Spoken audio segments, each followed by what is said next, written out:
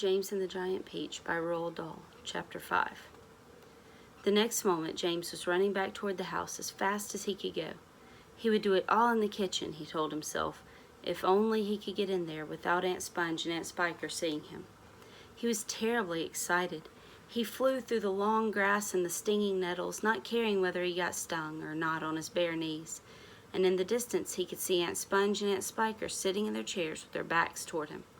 He swerved away from them so as to go around to the other side of the house. But then suddenly, just as he was passing underneath the old peach tree that stood in the middle of the garden, his foot slipped and he fell flat on his face in the grass.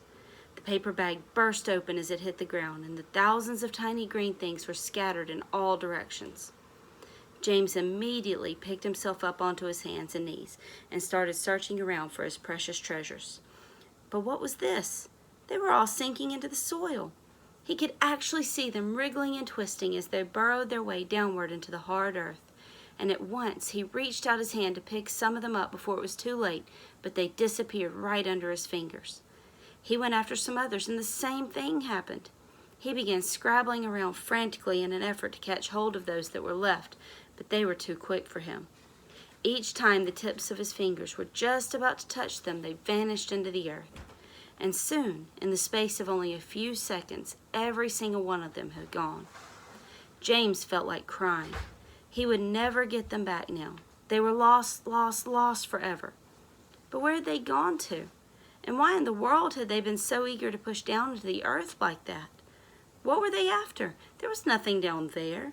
Nothing except the roots of the old peach tree and a whole lot of earthworms and centipedes and insects living in the soil. But what was it that the old man had said?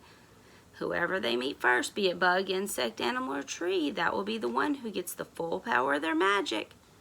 Good heavens, thought James. What's going to happen in case they do meet an earthworm, or a centipede, or a spider? And what if they do get into the roots of the peach tree?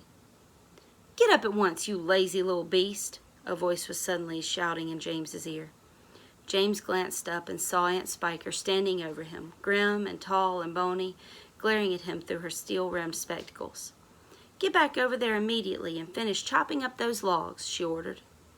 Aunt Sponge, fat and pulpy as a jellyfish, came waddling up behind her sister to see what was going on.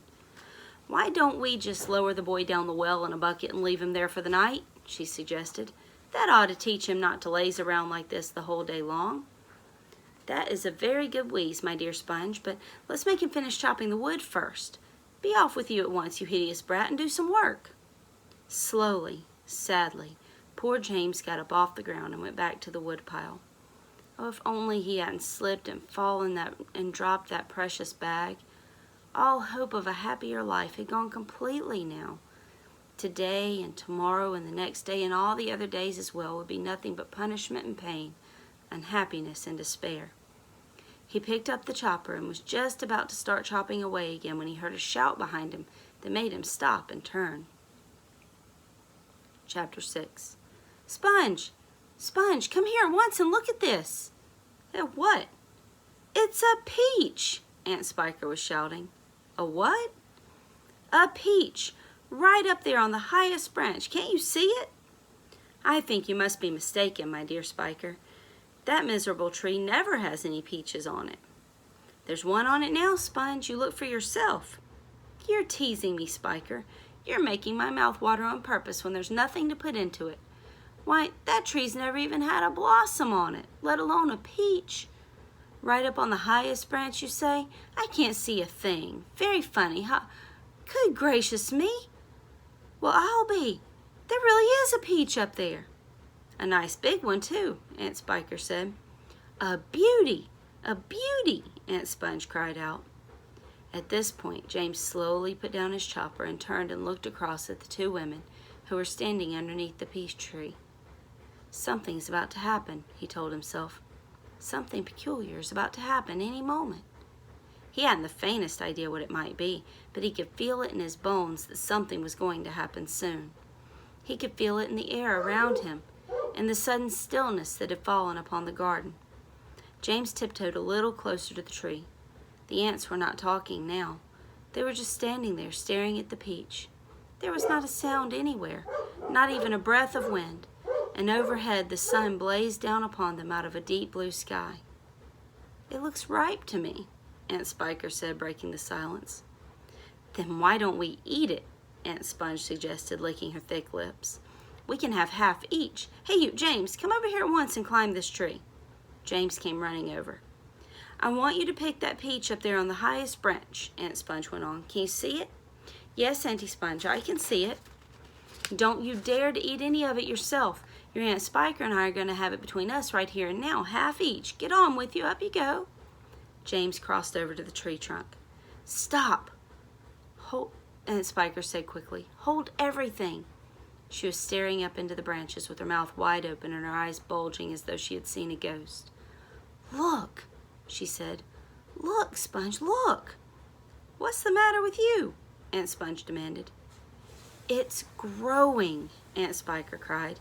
"It's getting bigger and bigger." "What is?" "The peach, of course." "You're joking." "Well, look for yourself." "But my dear Spiker, that's perfectly ridiculous. That's impossible. That's, now, wait just a minute. No, that can't be right. No, yes, great Scott, the thing really is growing." "It's nearly twice as big already," Aunt Spiker shouted. "It can't be true." "It is true. It must be a miracle. Watch it, watch it. I am watching it." "Great heavens alive!" Aunt Spiker yelled. "I can actually see the thing bulging and swelling before my very eyes."